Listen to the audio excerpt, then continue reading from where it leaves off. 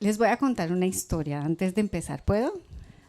Bueno, cuando estuve en Colombia, en el Festival Hey, descubrí a estos dos escritores en Colombia que me encantaron.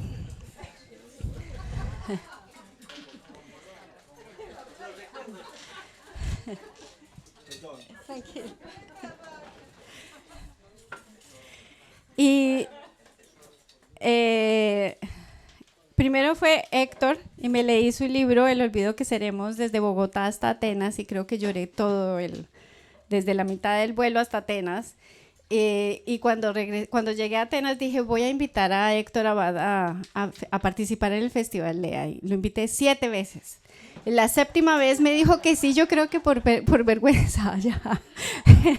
Y desde entonces ha estado con nosotros y nos ayudó a invitar a Santiago Gamboa. Así que tenemos 2 grandes amigos con nosotros celebrando los 15 años del festival. Y muchísimas gracias. Así que los dejo con Marta Cañete, jefe de prensa del Festival Lea, corresponsal de ABC España, que estará hablando aquí en este café entrevista con nuestros 2 escritores colombianos. Muchas gracias. Hola, muchísimas gracias. Estoy encantada de estar aquí con estos 2 titanes de la literatura colombiana. Quiero, en primer lugar, dar las gracias a Polyglot por habernos cedido este espacio y a todos ustedes que con este calor han venido a esta presentación. Entonces, bueno, voy a empezar por Héctor porque yo creo que todos tenemos la misma duda. ¿Qué son esas piedras? Bueno, estas piedras... Yo veo que los griegos siempre andan como con piedritas y con cosas y van muy tranquilos. Entonces yo, donde fueres, haz lo que vieres. Estuve ayer en la playa y recogí unos guijarros y ahora los llevo en la mano y me calmo. Eso es todo. Es un falso comboloy, un comboloy sin hilo. Bueno, eso está interesante. O sea, me imagino que estos días os estáis integrando, ¿no? Bastante a la cultura, entiendo, ¿no? Bueno, pues muchas gracias a todos por venir a acompañarnos al festival, a la librería Polyglot, a ti por acompañarnos hoy. Pues yo he venido ya, creo que es el tercer festival Lea al que asisto. Me encanta, me parece pues una bellísima actividad digamos, de entre las actividades al año en el calendario literario en diferentes países.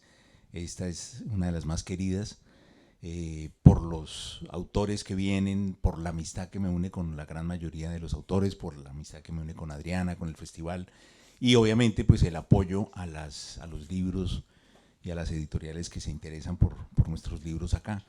Así que, bueno, yo la primera vez que vine a Atenas tenía 8 años.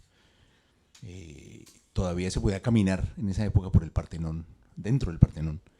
Y recuerdo que con mi padre, él contándonos a mi hermana y a mí pequeños la historia de la guerra de Troya, mientras caminábamos por el Partenón desde ese momento. Y recuerdo sobre todo la imagen de un hombre, un inglés ciego, que estaba con una persona que lo llevaba, tocando las columnas, ¿no? Y tocaba las columnas y luego sacaba una grabadora y grababa cosas extrañas y yo miraba y me parecía maravilloso. Mi padre me decía, mira, él ve con las manos y tocaba con un cariño. Hoy pues ya no se puede tocar el Partenón, pero yo alcancé por lo menos a ver eso. Y desde ese momento pues para mí Grecia he venido muchísimas veces y ha sido muchas cosas a nivel pues obviamente cultural y también personal. Bueno, tú te has resistido, ¿no? Varias veces y has tardado mucho en venir al festival. Sí que me gustaría saber si en tu escritura hay influencias de la literatura griega, tanto la clásica como la más contemporánea.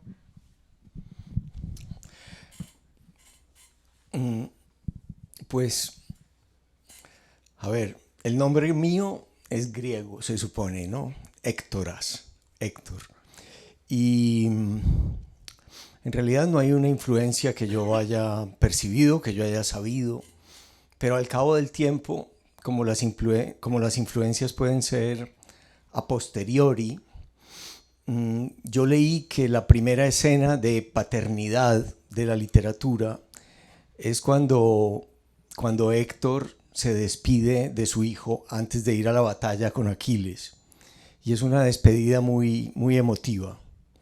Aquí hay un autor italiano que yo leo últimamente mucho, no sé si se fue o si está por ahí está, que escribió un libro muy bonito que se llama Le lacrime degli eroi, las lágrimas de los héroes. Y en El olvido que seremos yo escribo que mi padre lloraba abiertamente en público con lágrimas así abundantes y espesas, no como nos habían enseñado a nosotros en Antioquia, en la provincia montañosa de donde vengo, a ser muy hombres y a que los hombres no lloran, sino que él lloraba abiertamente como los héroes griegos.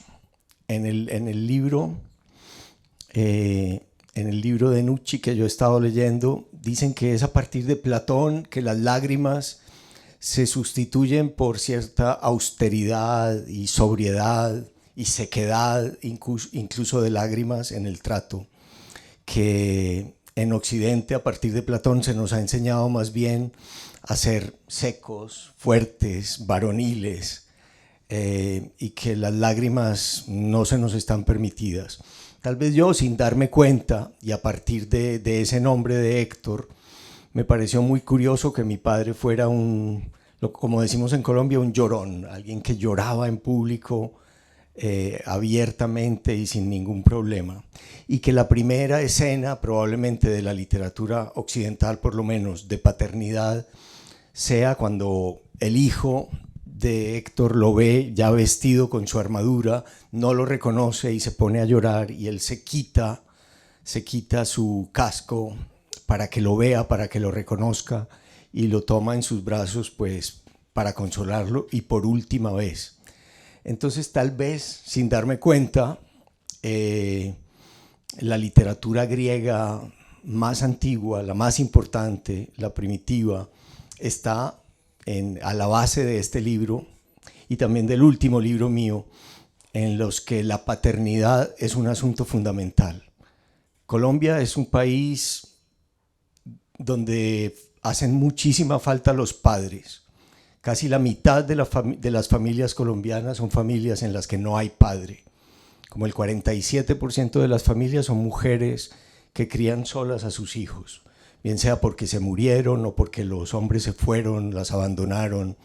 Entonces, este tema de la paternidad ha sido siempre ha sido una de mis obsesiones, y yo no sé si es una obsesión griega o no, pero ahí está presente.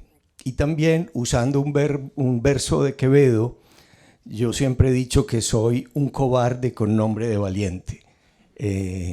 Mi padre era muy valiente, Héctor, el original, era muy valiente, y yo siempre me he definido como un cobarde. Ya está.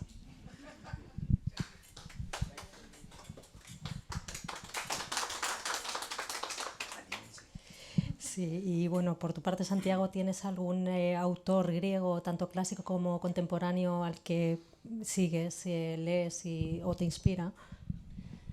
Bueno, siguiendo un poco con la relación con la cultura griega, pues yo siempre he creído que la cultura occidental pues de alguna manera se desprende de la guerra de Troya, ¿no? Muchas veces en mis libros, en mis novelas, sobre todo en las últimas, concretamente con la novela que estamos presentando acá con la editorial Dioptra, son novelas en donde la violencia es uno de los componentes del libro. Hay otros temas, por supuesto, pero digamos, mirando algunos de estos temas, y coincido ahora con algo que dice Héctor, que ahora voy a decir también, esa violencia muchas veces, cuando provienes de un país como Colombia, siempre vas por el mundo y te dicen, pero es que claro, usted escribe sobre la violencia porque esa es la característica de su país. Y yo no, esa es la característica de la cultura occidental, que nace de una guerra, la guerra de Troya, y después viene toda la elucubración, el análisis, el debate, el tratamiento estético, cultural, literario, de esa violencia y de esa guerra, que no es, pues obviamente no es un patrimonio de Colombia, las grandísimas, gigantescas obras de la cultura universal desde los inicios tienen que ver con soldados. Los héroes no son los poetas, los héroes no son los comerciantes, los héroes no son los agricultores, los héroes son los soldados. Y el modo de hacerse héroe es con una espada en la mano, en la antigüedad, ¿verdad? Entonces, todo lo que se desprende de esa cultura, digamos, occidental, que proviene de una guerra, inclusive, fíjense, inclusive las religiones, yo no soy creyente, pero conozco las religiones y me interesa mucho. También las religiones provienen todas de un conflicto inicial, que es por lo general un combate entre el bien y el mal, en donde hay espadas, en donde hay sangre, en donde ruedan las cabezas, como en las grandes epopeyas de la formación de naciones. Entonces, todo eso proviene de ese mismo origen, que es la historia de una guerra, de donde provienen los héroes, de donde proviene, yo diría que cualquier persona, por lo menos en la cultura occidental, que se acerca a la literatura, proviene de aquí, proviene de Grecia. George Steiner, el famoso crítico inglés, decía una cosa muy, muy bonita. Él decía, hay dos tipos de libros, la Ilíada y la Odisea. Entonces, tiene toda la razón. Es decir, los libros Ilíada es toda una tradición literaria que pasa por en el caso nuestro de América Latina, pasa por los cronistas de Indias, luego llega la novela total, con un narrador omnisciente de Tolstoy, de Balzac, en donde muchos personajes, como en la Ilíada, muchos ejércitos y muchos barcos y muchos soldados se encuentran en campos gigantescos. Y luego está los libros La Odisea, que es más bien la introspección, la mirada desde un individuo de otras cosas, ¿no? Que acaba, yo diría, digamos, si hubiera que buscar el componente comparativo de Tolstoy, pues sería Dostoyevsky, que más bien nos cuenta, no nos hace esas gigantescas escenas multitudinarias, sino que más bien nos habla desde el interior de personajes con conflictos bastante fuertes, torturados muchas veces, etc. Hay esas dos, digamos, literaturas. Y entonces toda persona de alguna manera encuentra lugar en una o en otra. También, obviamente, pues hay una mezcla de las dos, no vamos obviamente en literatura nada tiene fronteras inamovibles, pero todo eso proviene de la literatura griega. También grandes ideas. Hace poco leí una cosa bellísima de Arquíloco en un libro que decía, que es una frase para las estrategias, y decía, es un verso de Arquíloco que dice, el zorro, el erizo, no, perdón, el zorro sabe muchas cosas, el erizo sabe solo una, pero muy grande. Y a partir de ahí se hacía como una división casi que de la humanidad entera. Y también, por supuesto, de los novelistas, de los escritores. Ese novelista que en cada libro nuevo arrastra todo lo del anterior y va más allá, impulsa más allá, ¿no? Bien, digamos, en comparación con el otro que más bien escribiría como 25 novelas parecidas, que sería el que se fija más bien en la diversidad de las cosas y va siguiendo individualmente a cada una en lugar de construir una sola gran unicidad con una de ellas. Todo eso tiene que ver para mí con el pensamiento griego, con la filosofía griega, por supuesto con la poesía, con la literatura. Pues para responderte sobre cosas más contemporáneas, pues viniendo para acá, traía los diarios, yo no sabía que había sido diplomático, los diarios de Yorgos Seferis, ¿no?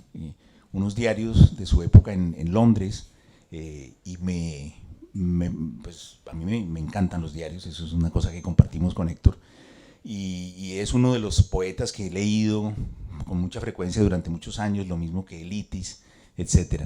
Así que bueno, yo creo que pues, hablar de influencia griega en la cultura de cualquier escritor occidental, pues es algo que de alguna manera está necesariamente presente, así no esté releyendo en ese momento o tenga en su biblioteca los 20 libros más importantes de esa literatura, ¿verdad? Muchas gracias. Bueno, vamos ahora hacia Colombia. Sí que, escucho por ahí unos aplausos. Vamos a Colombia de nuevo, porque me interesa también cómo reflejáis Colombia en vuestras novelas y la importancia que tiene, ¿no? Como puede ser en algunas de vuestras historias, como un personaje más, quizás, ¿no? de los textos que habéis escrito.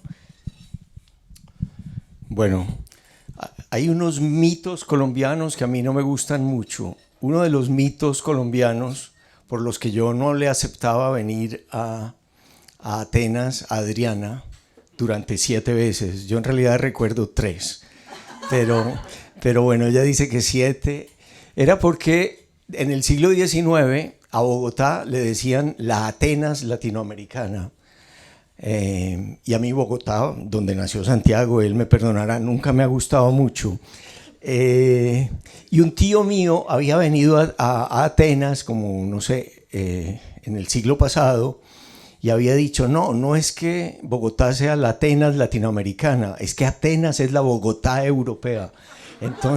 Entonces eso no era propiamente un elogio, eso era una cosa, era como decir que Atenas era horrible. Entonces cuando Adriana me decía, te invito a un festival en Atenas, yo decía, la Bogotá europea, no quiero ir. Hasta que vine y me enamoré completamente pues, de Atenas y de Grecia y de Creta, donde estuve, y de las Islas Cícladas y de todo. Pero yo no sabía que me iba a enamorar de esto. Pero pues volviendo a Colombia y a la Atenas latinoamericana, que es mentira, pues que yo nací ahí, yo soy irremediablemente colombiano. Cuando mataron a mi papá y volví a vivir a Italia, yo dije, nunca más voy a volver a Colombia, odio a Colombia, me voy para Italia y me voy a volver italiano y voy a hablar solo en italiano y me voy a olvidar de mi propia lengua, de mi cultura, de todo, y no voy a volver jamás, porque ese país es horrible. Pero no podía, digamos, después de un tiempo de estar hablando en italiano, después de 5 minutos de conversación en italiano, se me salía algún error. Y me decían, ma lei di dov'è? ¿Usted de dónde es? Y yo, carajo, ya me pillaron. Yo hacía hasta lo imposible por ser italiano y nada, me pillaban. Entonces, y un día intenté escribir en italiano una novela y tampoco, me faltaba la lengua de la infancia. Y me di cuenta de que yo era irremediablemente colombiano, por mucho que Colombia me fastidiara, la quisiera y la odiara al mismo tiempo. Y cuando se me estaba olvidando el español, pues decidí volver.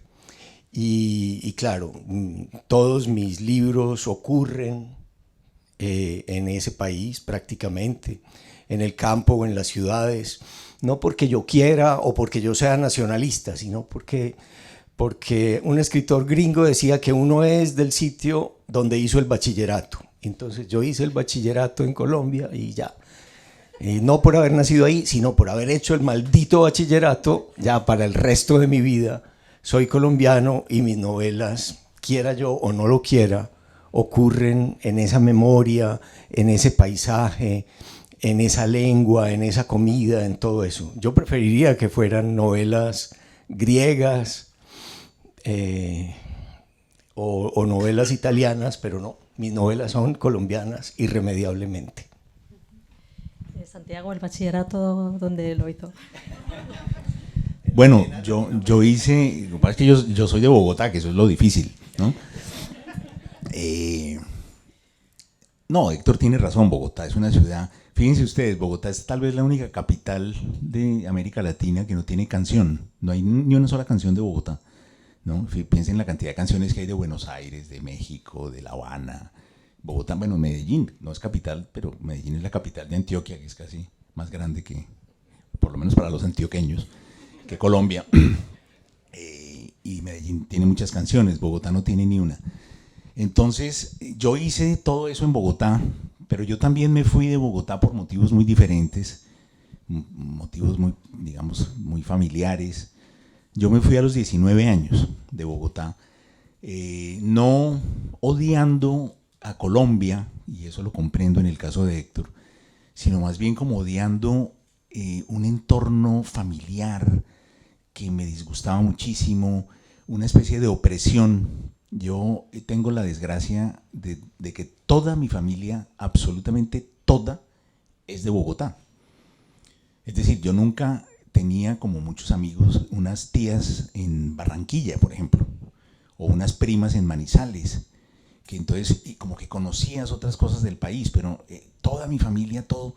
Y entonces, digamos, la Bogotá de los años de mi infancia era una Bogotá como, bueno, aparte de fría y lluviosa, como siempre, era una Bogotá como muy de personas que estaban como molestas, como que todo el mundo estaba ofendido. La gente era de muy mal genio, es el recuerdo que yo tengo. Mi abuelo siempre estaba de mal genio, con una gabardina, con un sombrero, usaba sombrero todavía mi abuelo en esa época, hablo de los principios de los 70. Y era como una Bogotá en la que no se podía hablar mucho. Los niños, mi hermano y yo, pequeños, con unas primas, estábamos ahí en las reuniones familiares siempre como en silencio, no teníamos como derecho a hablar. Era como solo los grandes que hablaban de vez en cuando y se miraban, y yo sabía que no se querían entre ellos, porque los había oído. Los niños siempre oyen las cosas, ¿no? Y yo sabía que nadie se quería y que todo el mundo estaba ahí un poco y ese silencio y esa espera y ese tiempo vacío que iba pasando, yo lo sentía como algo terrorífico, ¿no? Yo tampoco quería ser de ahí, pero en realidad lo que yo no quería era como ese entorno mío familiar. Luego mis padres eran como una pequeña isla, mi casa familiar mía única, es decir, no mis abuelos, no mis tíos, sino la familia con mis padres. En cambio sí era un momento feliz para mí. Yo fui un niño muy feliz, mi infancia fue muy feliz. El bachillerato y la adolescencia mías fueron tremendas, porque uno de los problemas más graves que le puede pasar a un joven de 15 años fue lo que me pasó a mí, que le pasa a algunas personas, que es que le da acné, que es estos granos en la cara. Entonces yo me sentía como un monstruo. En el momento en que tocaba ser pues, bello y seductor, entonces yo era como monstruoso.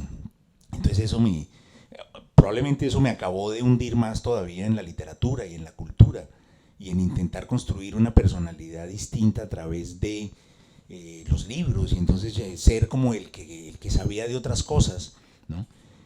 Pero es decir, toda esa vida de la adolescencia para mí está muy atravesada por todas estas sensaciones tremendamente opresivas que tienen que ver con esos espacios familiares, con esa vida mía adolescente en donde yo nunca tenía lo que yo sentía que tenían todos los demás, y a donde yo no podía llegar.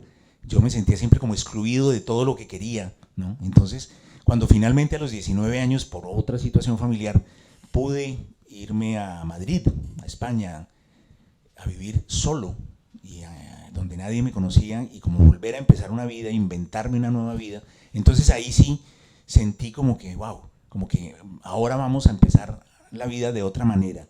Y eso fue para mí importantísimo, pero curiosamente empecé a escribir sobre Bogotá, pero desde afuera, ¿no?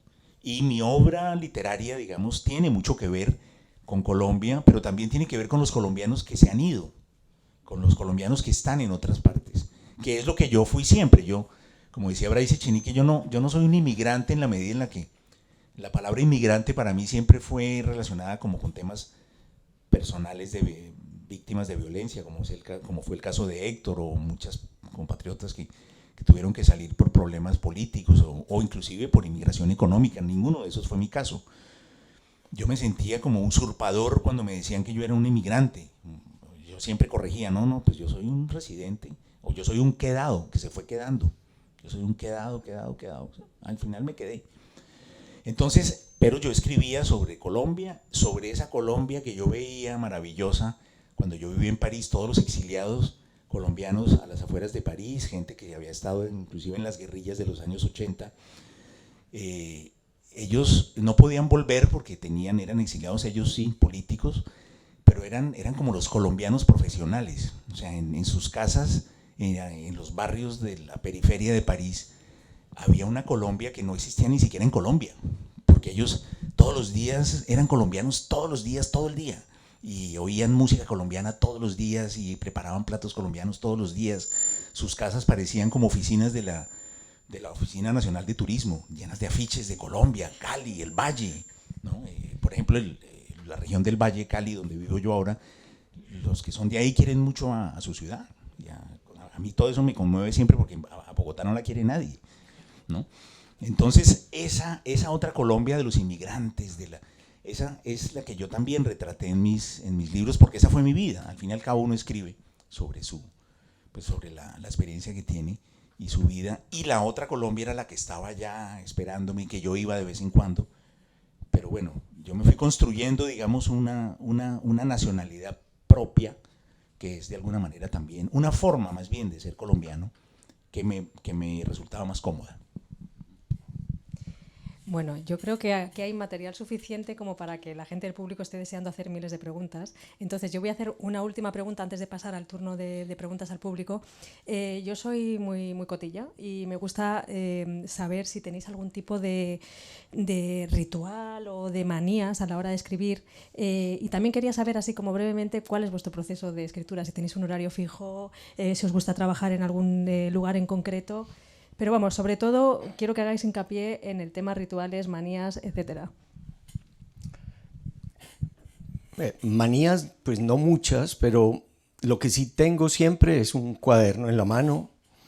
Me gusta escribir a mano, mis artículos, mis apuntes y también los libros. Lo primero que hago es un borrador a mano en mis libretas.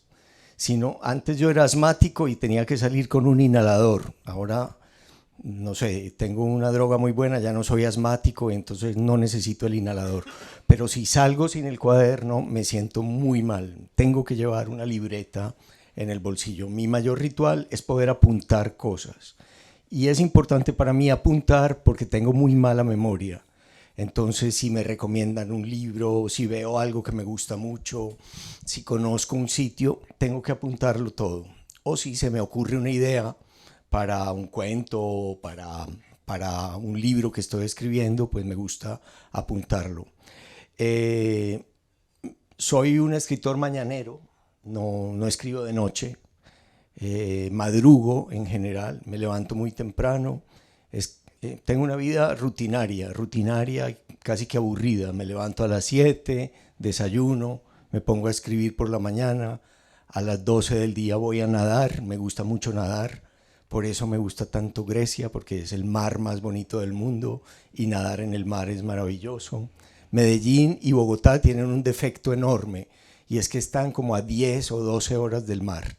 El mar está lejos, son digamos, las ciudades más importantes de Colombia, por el calor que hace, están en la montaña y están lejos del mar. Entonces el país está muy volcado hacia adentro, por eso es un país tan conservador en muchos sentidos. Y como el día y la noche duran lo mismo, son siempre 12 horas de día, 12 horas de sol. Estamos en solsticio de verano, mañana es el día más largo del año. Nosotros, el 21 de junio para nosotros no significa nada.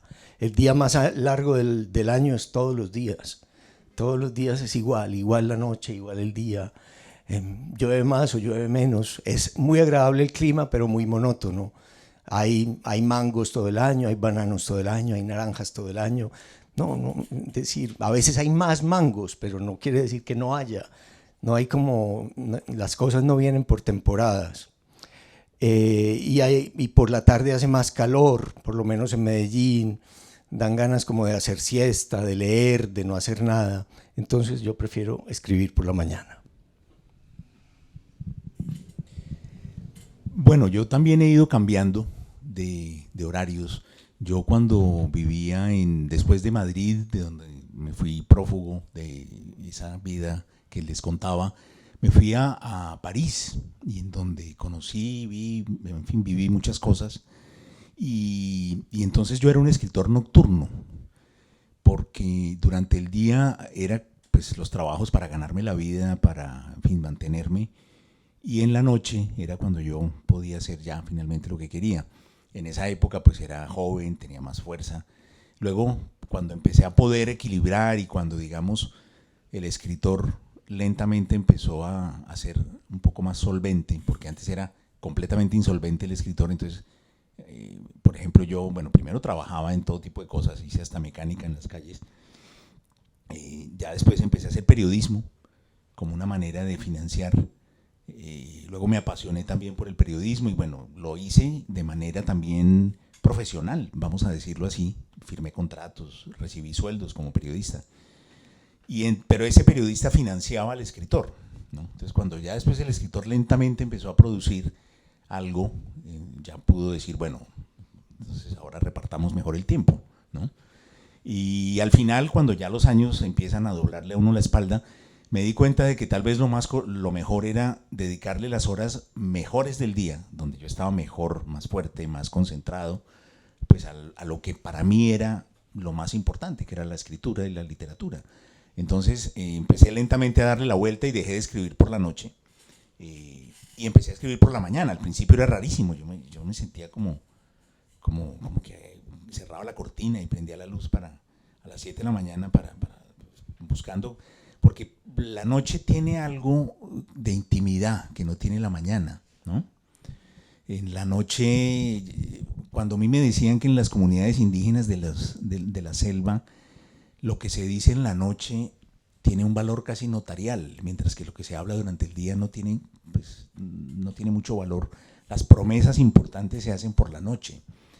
Hay una cierta como intimidad, una verdad, una protección, y además hay un silencio, ¿no?, afuera, que también parece que acentúa un poco esa sensación de intimidad y de, tal vez la idea de verdad proviene de ese silencio, proviene de que uno entonces encuentra pensamientos, no sé, o cuando uno habla con otras personas se encuentra, es como el momento de las grandes verdades y las grandes confesiones, como que parece.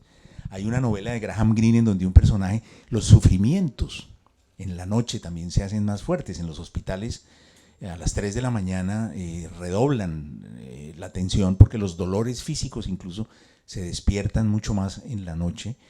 Los dolores un poco, digamos, del alma también, ¿no? Hay una novela de Graham Greene, El americano impasible, en donde el personaje comprende que la mujer que ama lo abandonó y dice que se fue, obviamente Graham Greene, entonces se fue a comprar unas botellas de ginebra, dice, porque debía estar preparado para las 3 de la mañana, que es el momento máximo del dolor, dice.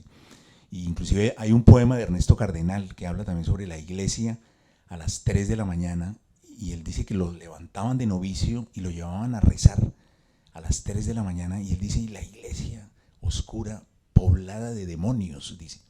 Y entonces como que sí, también para lo negativo, parece como que, es decir, en las cosas positivas, en las verdades, en los sentimientos puros y bellos, parece que la noche los intensifica, pero así mismo intensifica los negativos, los dolores, las culpas.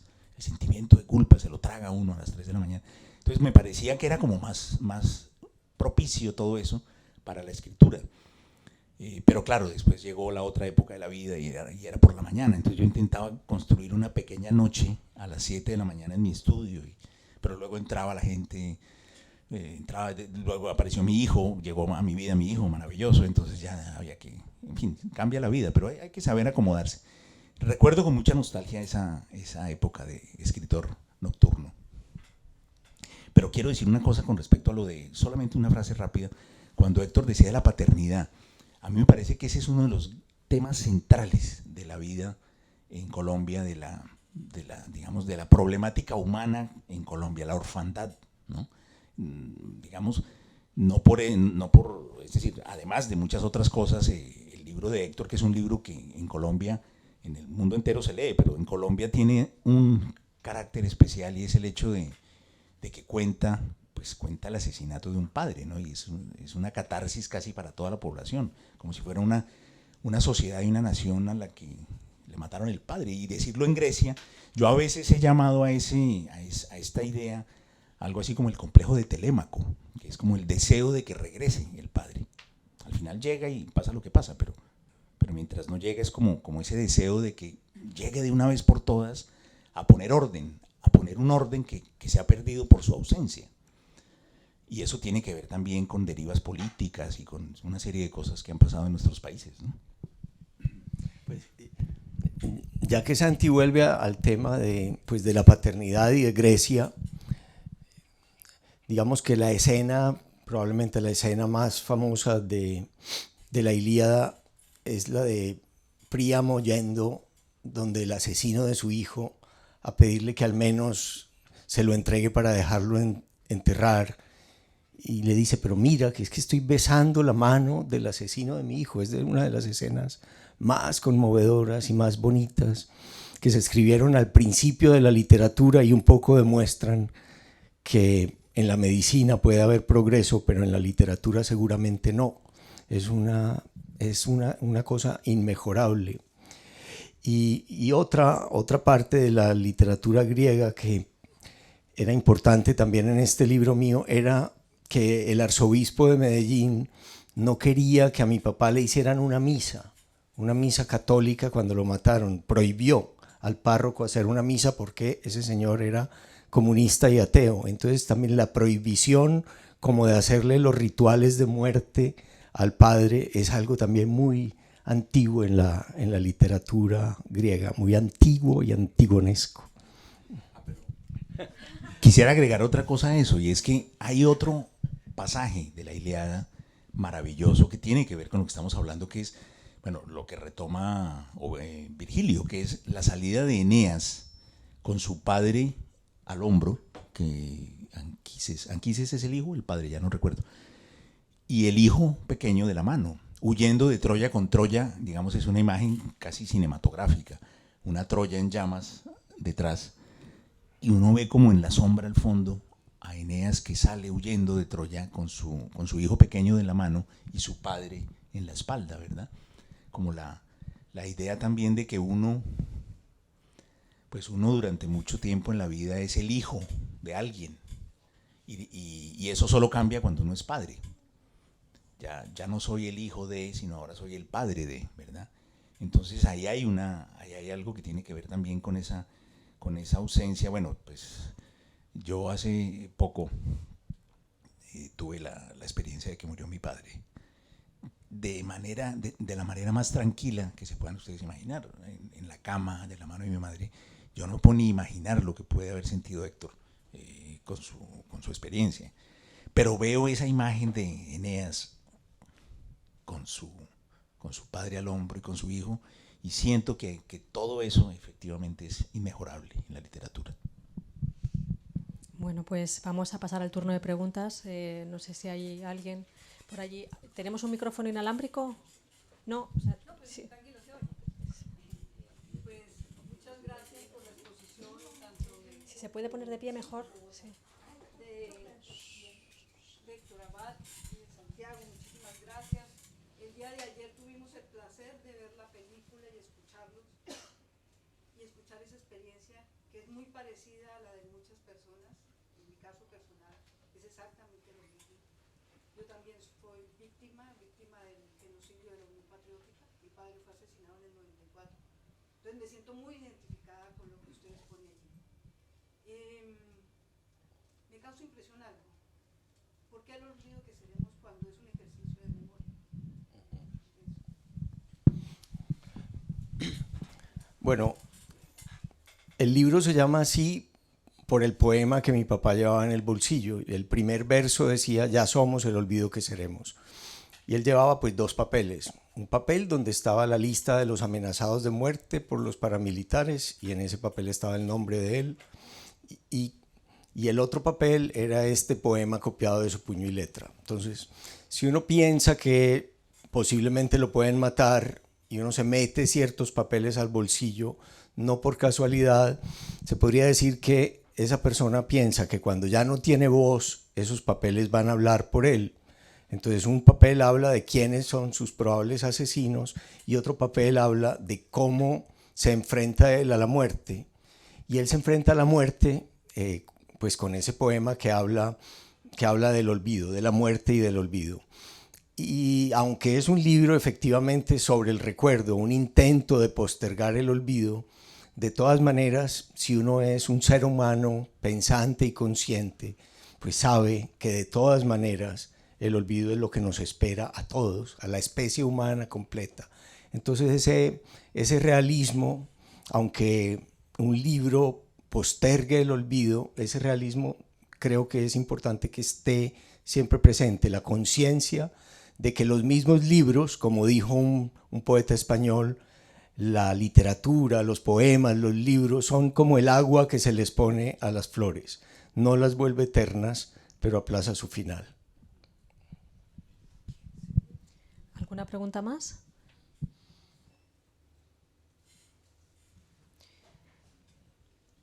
Bueno, pues damos por terminar. Sí. Dijo al principio que no le gustaba la mitología colombiana. ¿Qué tiene en contra de ella? No, que no me gustaba el mito de Colombia como el mejor español de América. El mito de Colombia como Bogotá, la Atenas latinoamericana, porque era la ciudad culta, de gramáticos, pero la mitología colombiana, que no conozco a fondo, pero lo que conozco sí me gusta. Pues qué sé yo, la Madre Monte o la Patasola o los pocos mitos que conozco, no, esos me parecen interesantes. Lo que no me gusta es el mito en el sentido de la leyenda mentirosa de creernos cultos, por ejemplo. Es eso lo que no me gusta. Bueno, y otra más. Si hay una literatura indígena. Pues, a ver, Santi a lo mejor me puede ayudar. El problema de la llegada de los conquistadores a América es que ellos quisieron romper con todo ese pasado. Y por lo menos en Colombia no había escritura, o sea que literatura en el sentido estricto no había. Seguramente había grandes tradiciones orales, grandes tradiciones en objetos, en piedras, que el papá de Santiago estudió mucho, que podrían conformar una cultura poderosísima, pero ese proceso cultural pues fue interrumpido violentamente. No sé si Santi puede aclararlo mejor. No, sí, es decir, ahí, pues digamos en el Instituto Caro y Cuervo, que es un instituto que se ocupa de estudios que tienen que ver con, desde el punto de vista lingüístico, literario, a veces un poco también sociológico, etnológico, de cuestiones indigenistas. Hay recopilaciones, digamos, por tradición oral, que luego han sido escritas, de mitos y de historias que por supuesto son, digamos, existen, no son muy, o sea, Colombia no tiene con el pasado prehispánico una relación como tienen otros países como México, por ejemplo. México sí, que tiene una poderosísima relación con su pasado prehispánico, que además pues es casi visible en el México de hoy, ¿no? O sea, un gran imperio prehispánico y hoy un país con mucha fuerza, un líder sin duda en toda su región, etcétera. En Colombia no, en Colombia los procesos fueron muy diferentes. Las culturas, a pesar de que son culturas prehispánicas que destacaron y destacan todavía hoy, digamos, su trabajo, su arte, su cultura destacó y sigue destacando en orfebrería, en cerámica, en todo eso es muy importante, ¿no? Pues, mi padre, digamos, una de las cosas que más estudió fue lo que se llama el tesoro de los quimbayas, la cultura quimbaya, muy cerca de la región de Héctor, Antioquia. Es una cultura que se destacó por su trabajo en la orfebrería, artistas anónimos, la estatuaria, por ejemplo, de San Agustín, los hipogeos de tierra adentro, etcétera. Es decir, hay toda una cultura, por supuesto, que... Las figuras de oro de Colombia. Exacto, sí, la orfebrería quimbaya, exacto.